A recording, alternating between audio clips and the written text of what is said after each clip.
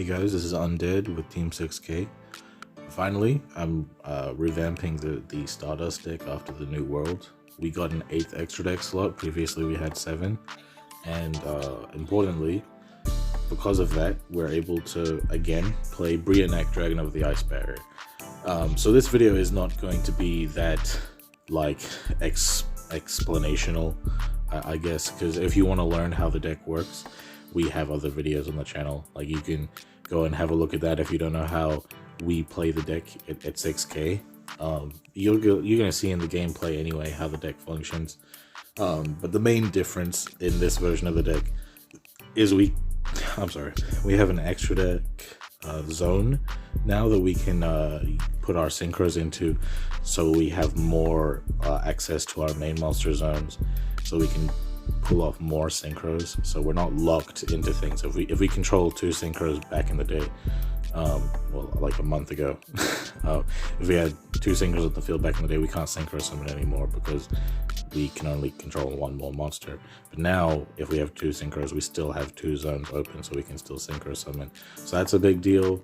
The Brionac is a big deal, putting it back in the extra deck, giving us essentially, you know, the best part of this version of the deck back again. The Jet Synchron being worth something once again against the current meta decks as well. We have taken out Book of Moon because Link monsters are here, so it's going to be less impactful, and we've decided to put in MST to get rid of Salamangreats, Salamangreat Roar, and back row in general is popping these days, so having 6 outs to back row is great, especially in a deck like this that doesn't really want to face against back row in the first place anyway. You know, Necroid Synchro, of course. Well, I don't think I'm ever going to cut this. This is a card that I feel like is a mandatory 3 of, and I see most people not even playing it. But yeah, this deck is fantastic. It's pretty much almost exactly the same as it was before, but it's a lot better now due to some added contexts. So let's get into the game, shall we? So I was able to pull off a pretty good win streak with this deck, so I decided to show most of the higher win streak games here.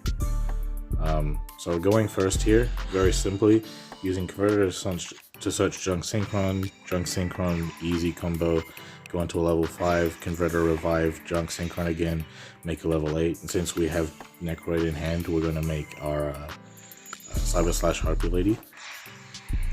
I always put populating the extra monster zone.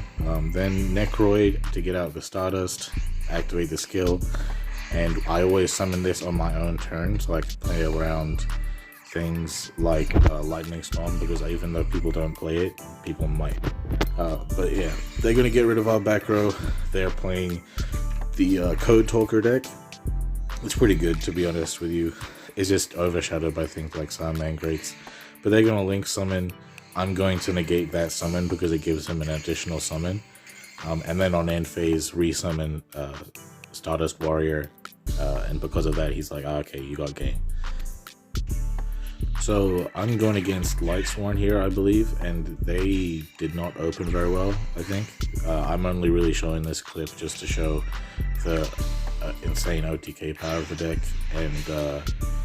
and yeah, just kind of to prove the win streak, I guess.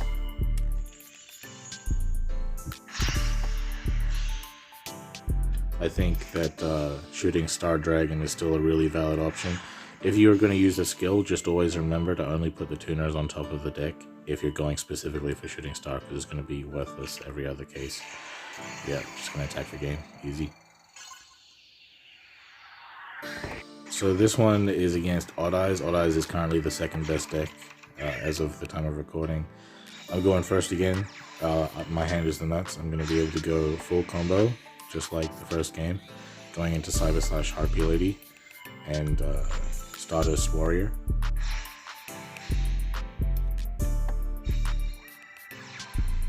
Having the Forbidden Lance is very nice as an interruption when you're using Cyber/Harpy Lady, because if you just have MST or Cosmic Rai, you can't activate it if they don't have a back row.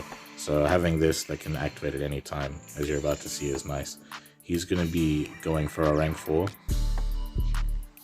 And He's going for Malevolent Sin so we can bait out my interruption, which is going to work. I'm going to lance him and then bounce him.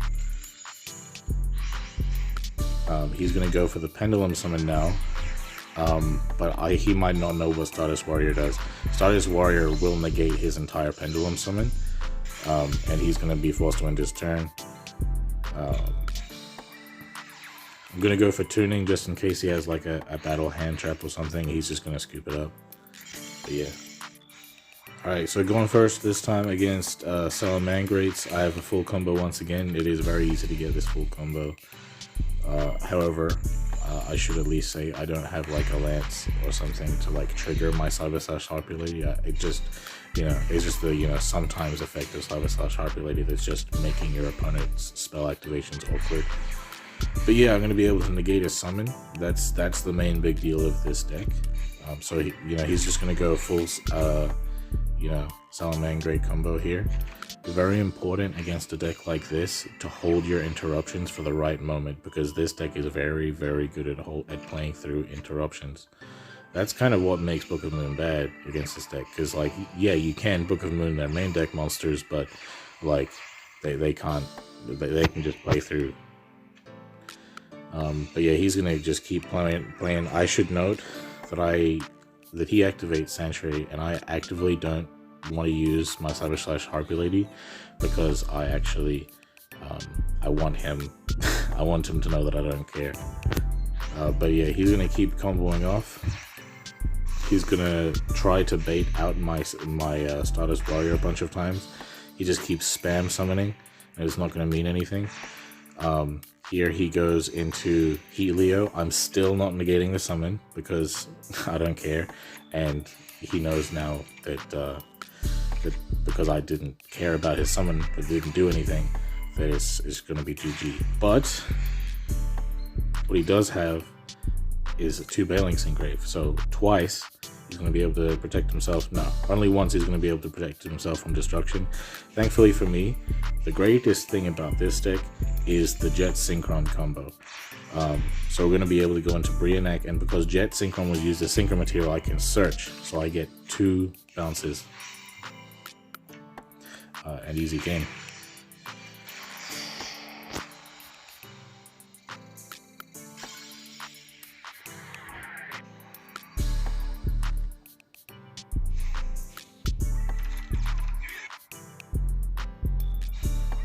Going first, but my hand sucks. This will happen every now and then. It's not that likely, but they're playing a Swordsman deck.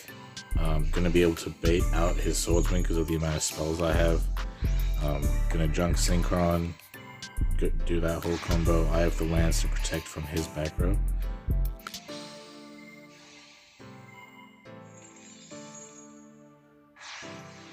Finally, I go into Cyber Slash Harpy Lady. He's going to Karma Cut, and I'm going to chain my Cyber Slash and then chain the Lance to protect my Cyber Slash. I don't technically have to do this. Funnily enough, because of the fact that I have Necroid Synchro at this point, if I did not have the Lance, it would have been fine. Because he would have banished my Cyber Slash Harpy Lady, right? But I would have had the Necroid Synchro for the OTK. As we're about to see. Yeah, he knows what's happening. I want to say that when I go full combo and I don't have Junk Synchron and I have Tuning and Converter, I always use the Tuning to search for Jet, just in case I might need the Brio later. But yeah, just gonna go. I don't actually have the full combo this time, but I have the main part of the deck, which is, negating a whole summon. But that's all I need to do. I'm just gonna put all of my things in different columns here, just so I can play them around mekknights, even though nobody plays them. He's playing the Phantom Knights, of course. I think Phantom Knights would be a lot better if people play better back row with him. But yeah, he's going to go into this. I want to negate this. He can still summon some things, but it's not going to be that big of a difference because he's already used his special summon for the turn pretty much. Yeah, he scoops because he knows that I'm coming back on info. Alright, just to prove that this deck can go second, I'm going second against one of the best going first decks, Dark Magician. Of course, they do have the entire combo. I have Forbidden Lance and MST. I'm going to MST his Navigation, because, like, mainly, because I'm actually trying to get him to do his summons. I don't want to get rid of his circle, because I can always just lance to protect myself if he can do something about it. But yeah, I'm gonna go full combo search jet, of course, because I'm gonna need to brio here, because if I attack this will boost it. If I attack this will boost it. If I attack into any of his monsters, I'm losing that battle, because it's gonna be at least 4k attack, and I can't really deal with that. So I'm gonna have to go for the brio here. It's very much unfortunate, but it is kind of the only chance I have. And I'm going to bounce all 3 of his monsters, which is very unfortunate for me. And I'm also not going to attack directly, because I'm not trying to activate his Destiny draw. But I do have, like, I think it's 6 cards left in my deck, so that's half of my deck. If I can top deck any of the 6 cards in my 11 card deck, I will be able to win against him. But yeah, he has the apprentice that he already had, right? And he's going to attack, dump both of his apprentices, which he might not have been able. He probably shouldn't have done that. I'm going to top deck my Necroid Synchro. That's one of the cards I could have top decked. I'm going to summon Stardust Dragon, activate the skill, and now I can safely attack 3 times.